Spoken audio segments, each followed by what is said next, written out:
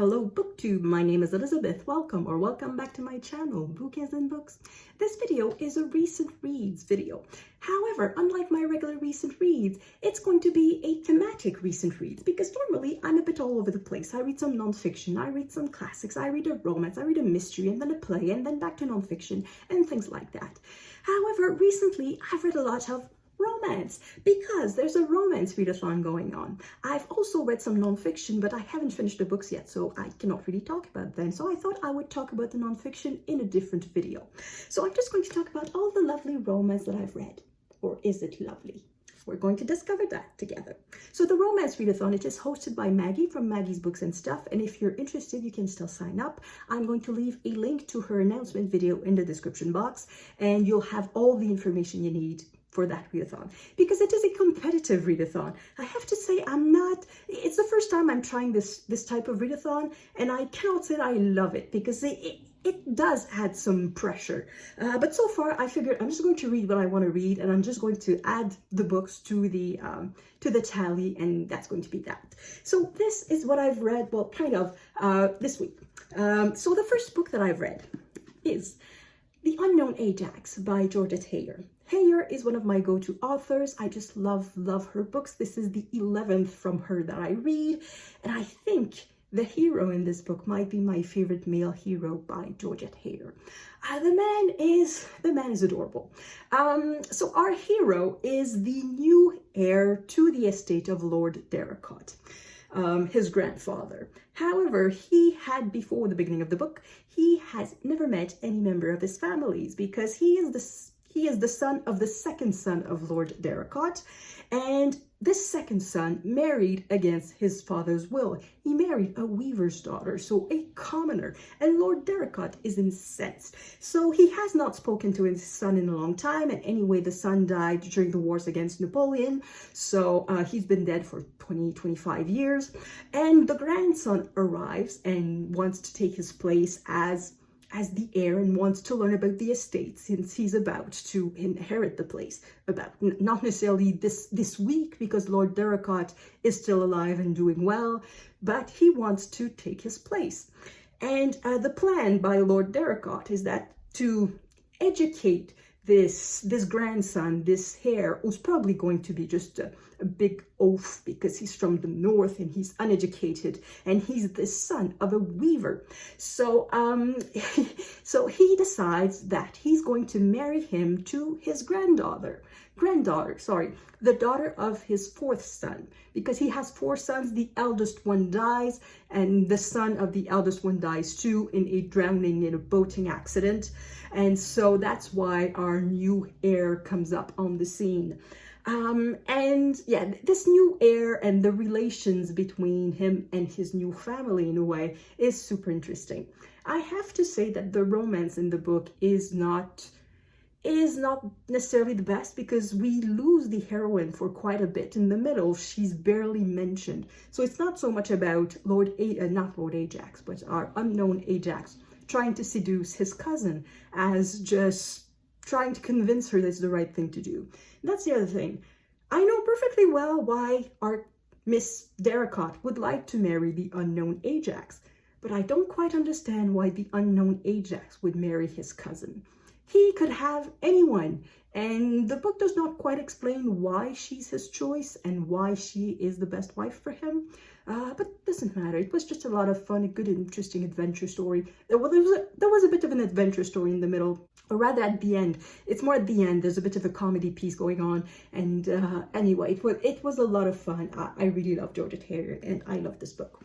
The second book that I read, I decided that I would use this readathon to explore a little bit the different subcategories of romance, and I decided to try a medical romance. And so this is The Falling for the Secret Prince by Alison Roberts, and I did not like that book. I did not like it at all. It's 200 and a few pages, 250 pages, but it felt like so much longer. So I learned, at least, this is something that I learned about myself, medical romances are not for me. A hospital is not a sexy place, and the medical talk I found extremely boring. So medical romances are not for me. And this particular romance was not for me either. So the plot is that our heroine is a doctor. She's the chief of the orthopedic department at Seattle General, not Seattle Grace, that's Grey's Anatomy, but at Seattle General. And she more or less falls for the head of trauma, whose name is Domenico Di Rossi. And they are former rivals at university. However, for some reason, they have a connection. And then one day there's a trauma that arrives in the emergency room. And our heroine is called to participate because there are bone damage and she's going to be needed to assess and to treat the patient. And it turns out that it's the father of Domenico Di Rossi, the other doctor, and he's also the king of this Mediterranean country.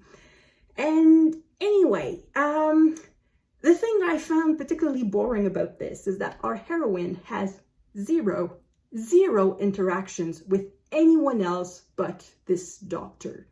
Anyone else, she has no interactions whatsoever with a member of her family because she doesn't have a family, with any friends because she doesn't have any friends, with a co-worker because she's not friendly with her co-workers. She is boring as a heroine.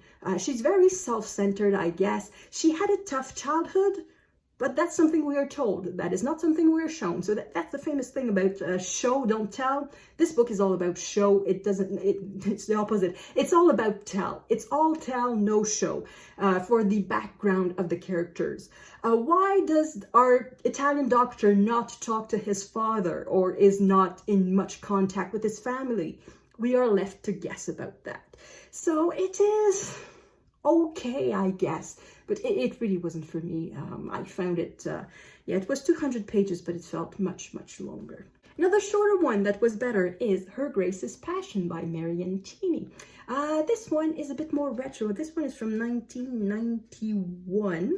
And Marion Chesney is one of the many bright pen names of M.C. Beaton, who wrote the Agatha Raisin mystery series.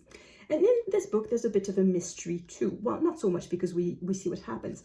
So I suppose this could be called a sweet romance because there's no spice in it. There's no sex. However, there's blood. 3 people get killed just right on the page, and it's bloody. It's a bloody thing. The story is that our heroine, Her Grace, Matilda, Duchess of Hampshire, is married to a very mean man. The Duke married her without ever having talked to her because he's a collector of art objects, and when he saw her, he sort of wanted to collect her. However, a few days after having married her, he sort of realized that she did not fit his ideal. He did not like her voice. Well, he married the girl without hearing her talk. And anyway, he sort of locks her up in this castle, and, well, not the castle, but the country estate, and all the servants are spies, and she is miserable. There's nothing that she can do. Until one day she sees a little bouquet of little field flowers, and there's a message in it saying that there's a secret passage out of your room.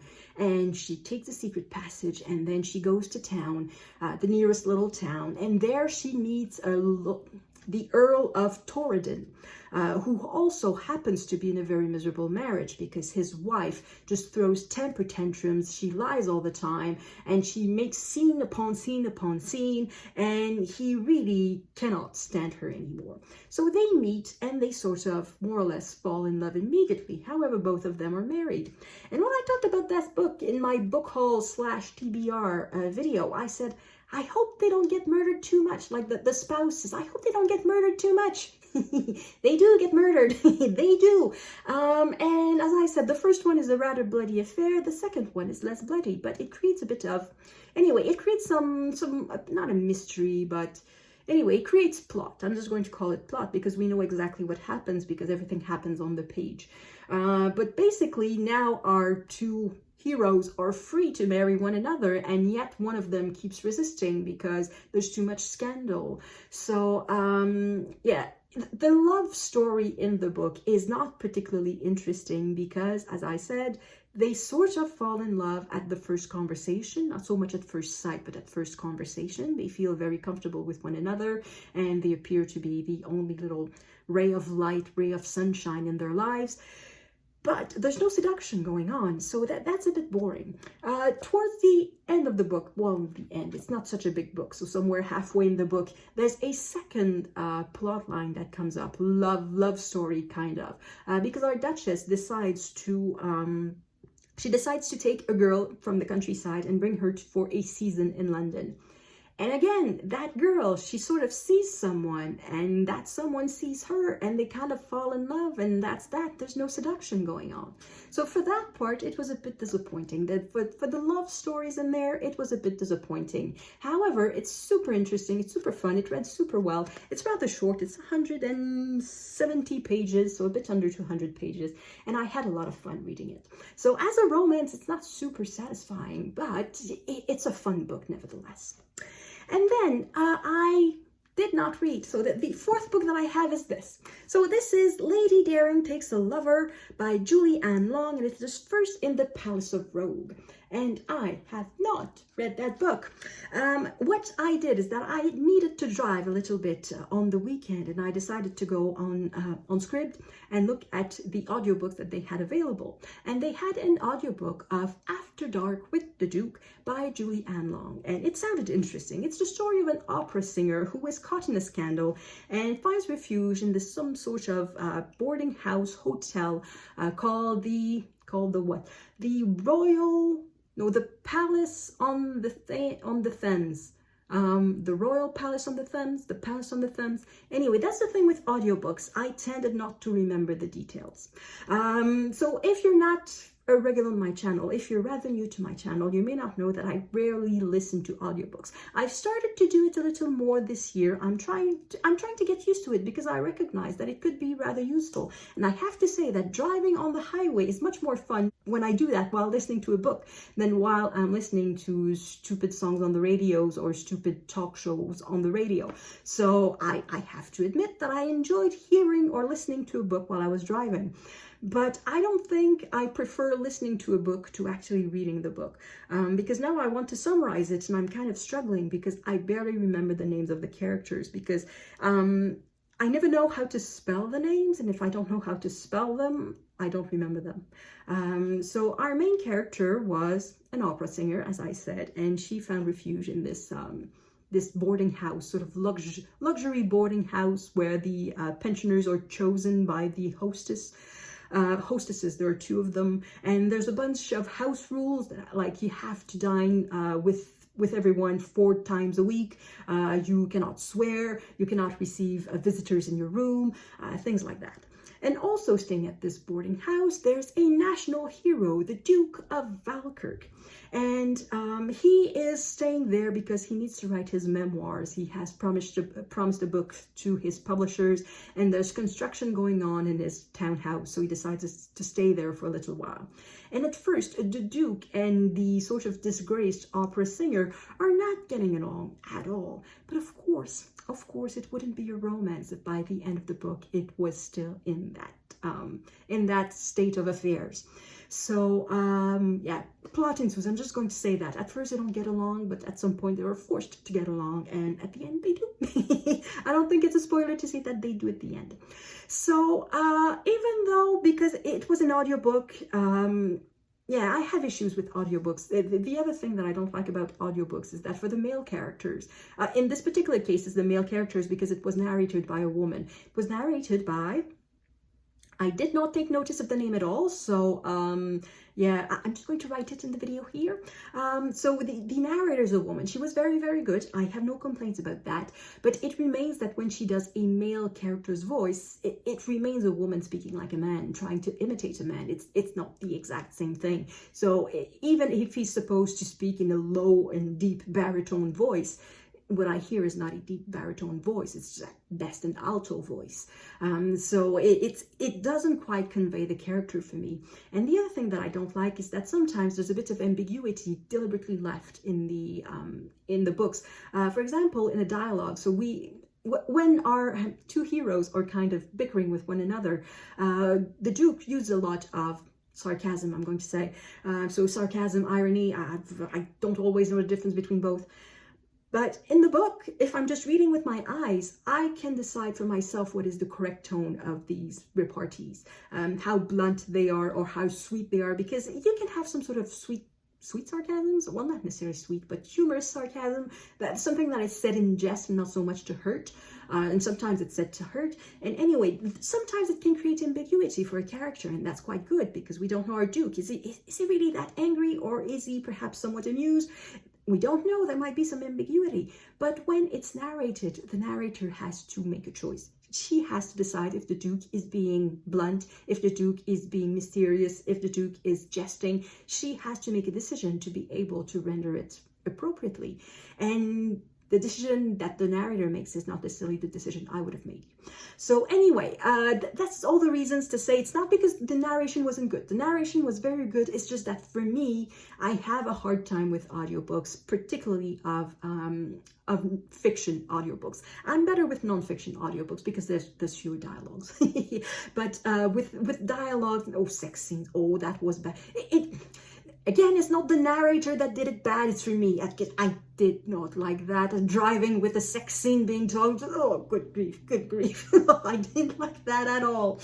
But anyway, all of this to say that I'm not sure about the audiobook, but I loved the book enough that I went to the store and bought the first one in the series, because I did not realize that when I decided to listen to that audiobook that it was the fourth one in the series.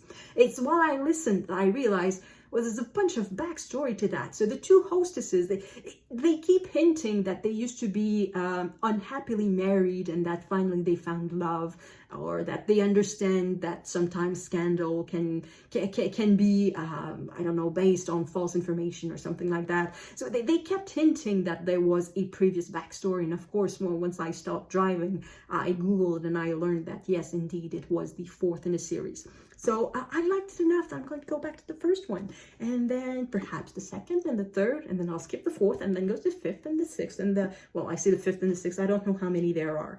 But anyway, so that's another possibilities for the rest of the Romance Readathon. So it's added to my pile of possibilities.